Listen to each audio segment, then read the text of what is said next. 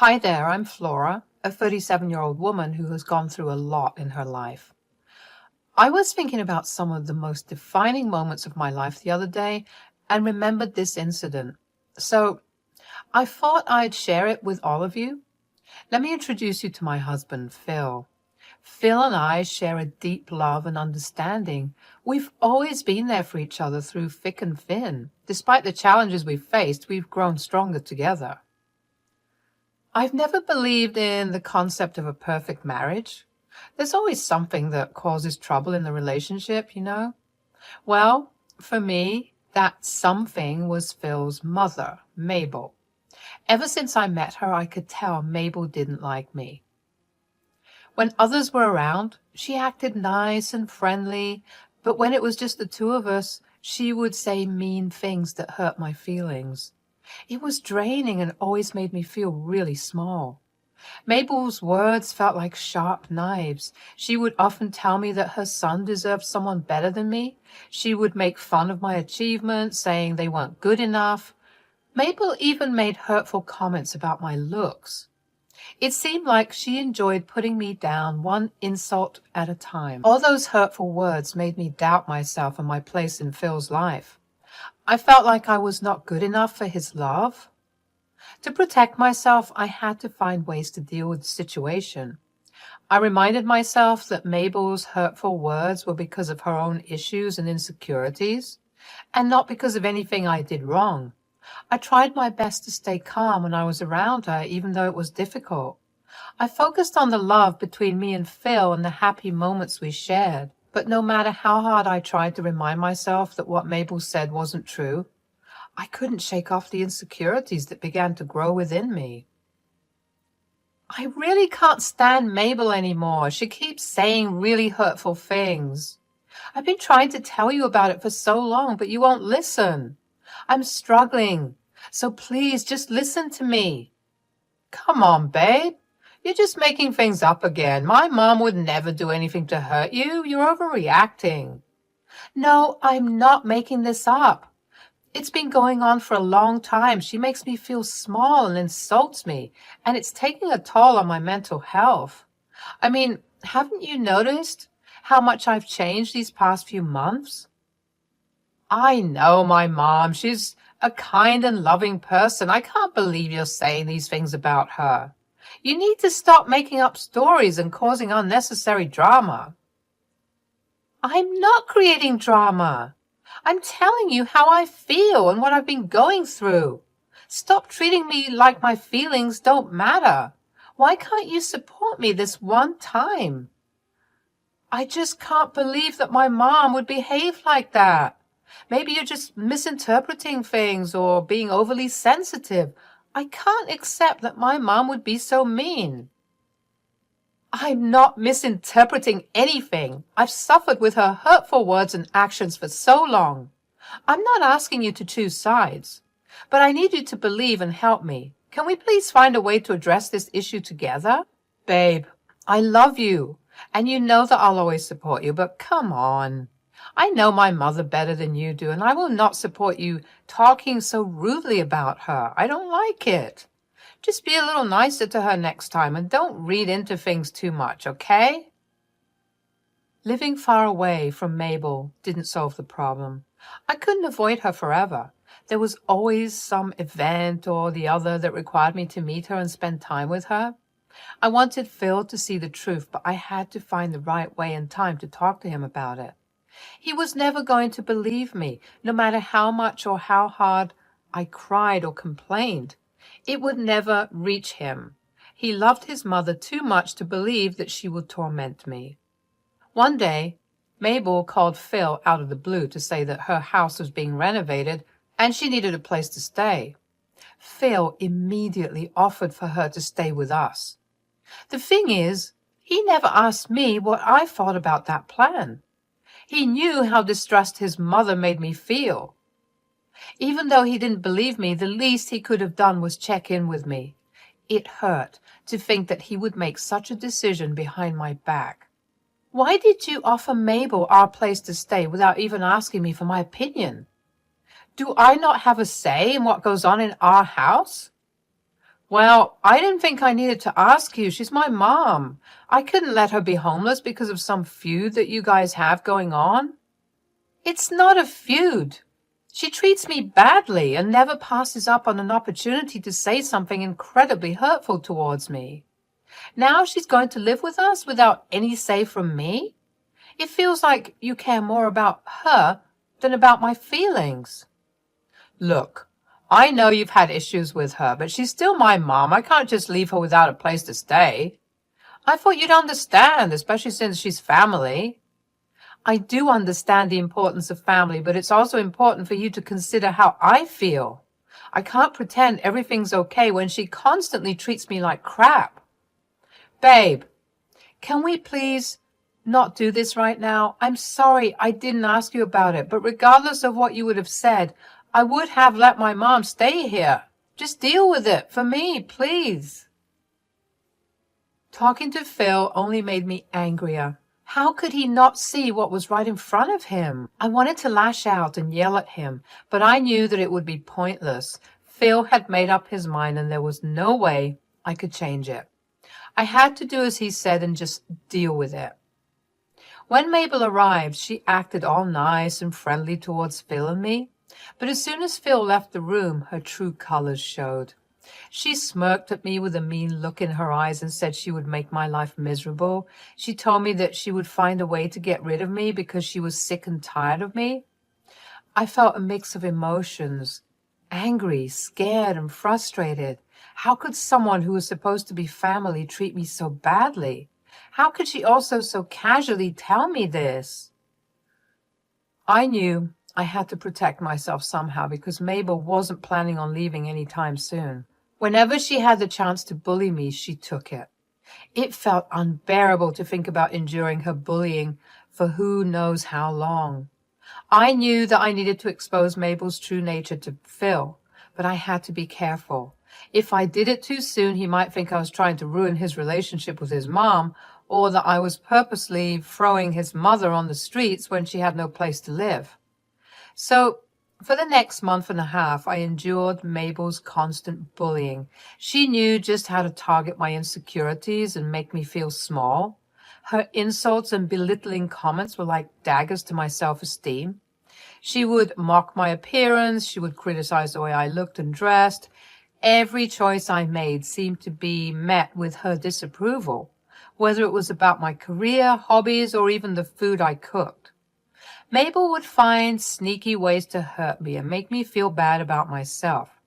She would ruin important things I was working on. She would spill coffee on my important work papers or make a mess in the kitchen right before guests came over, and sometimes she would sabotage the food I spent long hours making.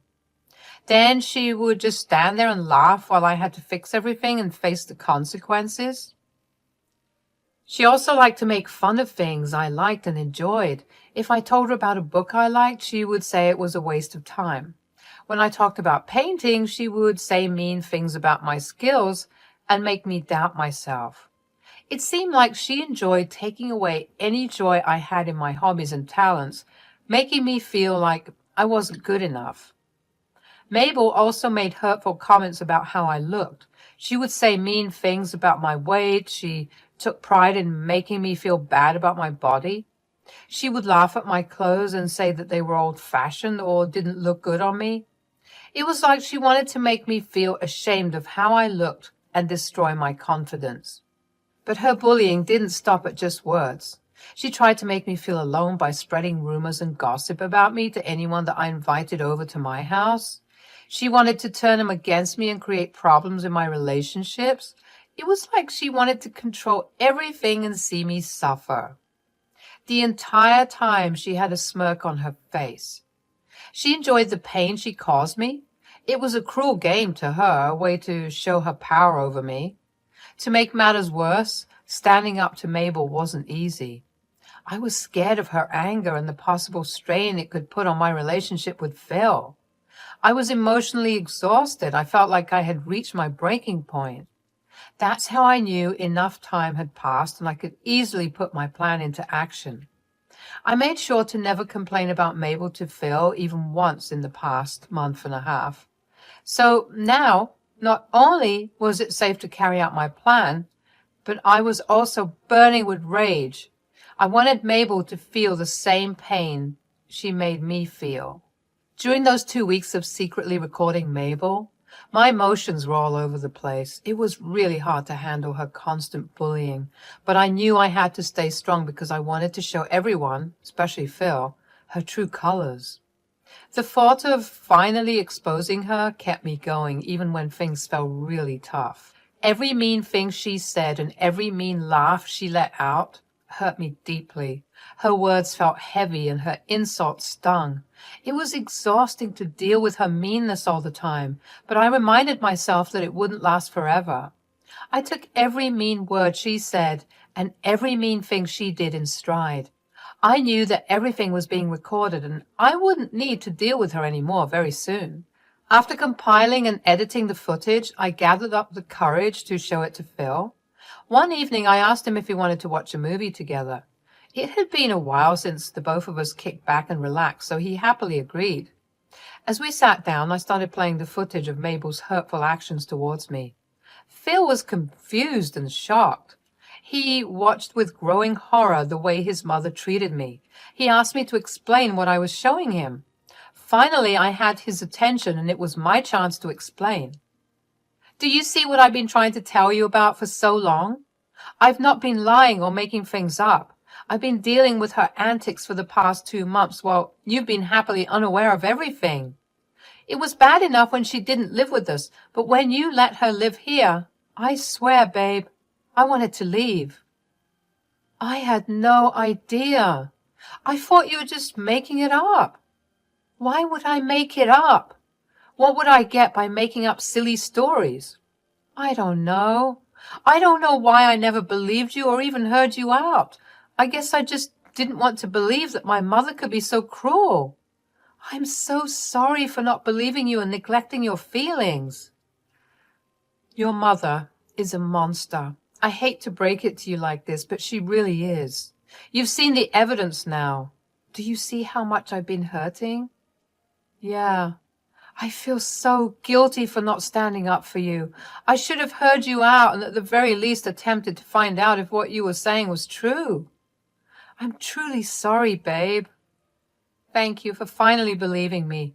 If you didn't, I would have lost my mind. So it means a lot to me. Of course. I'd have to be a special kind of fool to tell you that you were lying when I just saw with my own eyes how my mother has been treating you. I want to make it up to you. Tell me what I can do to make it up to you. I'll do anything, I promise. I want Mabel out of our house. I can't bear to live with her any longer. I would completely agree with that, but I still don't want her to be homeless. Her house is still undergoing renovations and we don't know when it will end. Fine. How about we work out a compromise?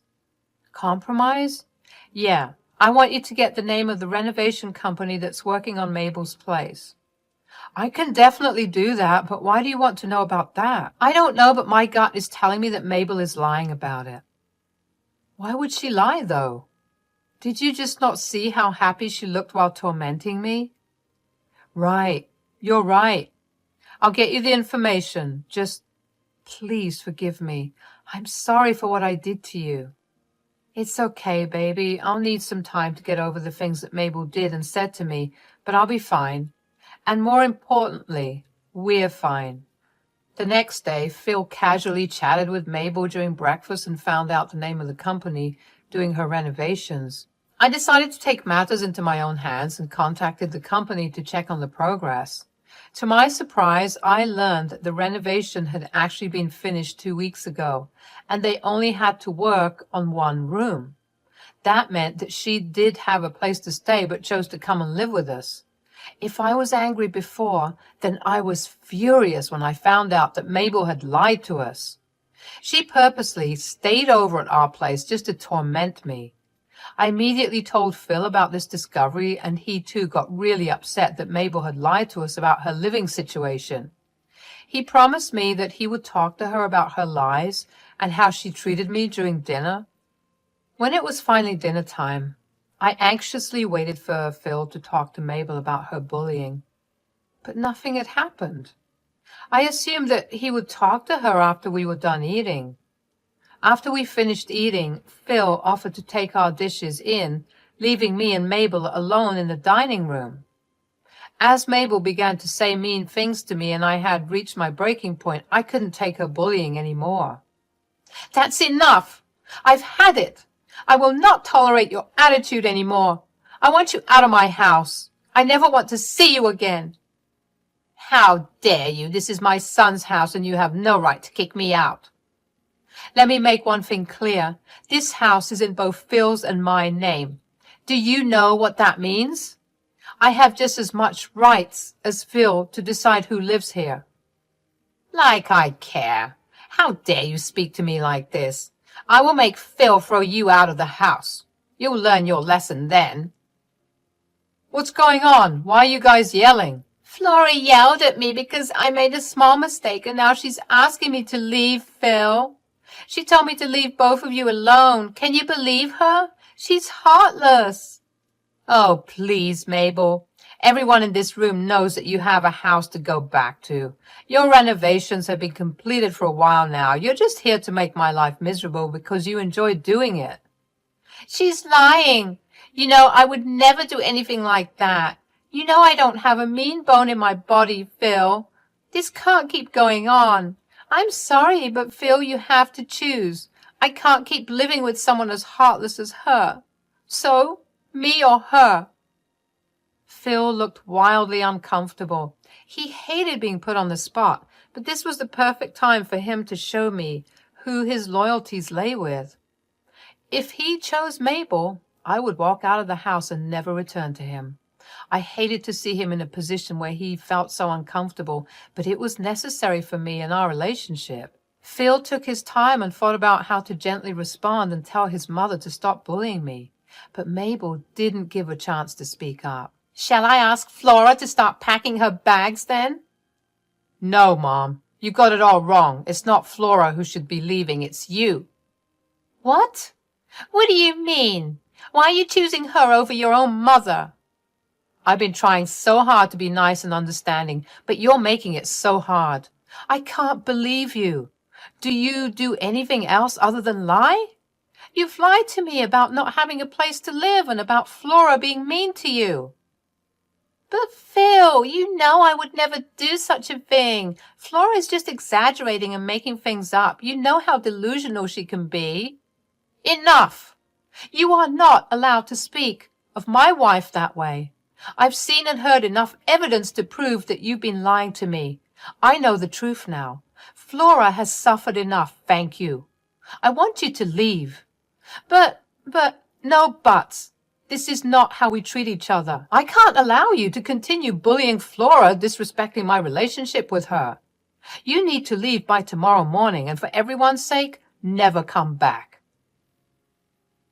The following day, Mabel left our house reluctantly, still trying to argue her case, but Phil and I stayed firm with our decision. We no longer wanted her negativity or lies in our relationship. Even after she left, she kept trying to get in contact with us, but Phil and I decided that it would be best if we blocked her everywhere. Looking back on our journey, I feel relieved and like I've become stronger as a person. Phil and I have become even closer as a couple. The wounds from Mabel's hurtful words slowly but surely healed, and now our marriage is thriving without her toxicity. If you're going through something similar, remember that you deserve love and respect. Don't let anyone make you doubt your worth. Reach out for help from people who care about you. It's never too late to take a stand and take back your power. Let this story remind you that love and trust should always be at the center of your relationships. Phil and I have a strong foundation of trust and support. Although it's been a while since this incident, we're excited for the future because we know we can face anything together.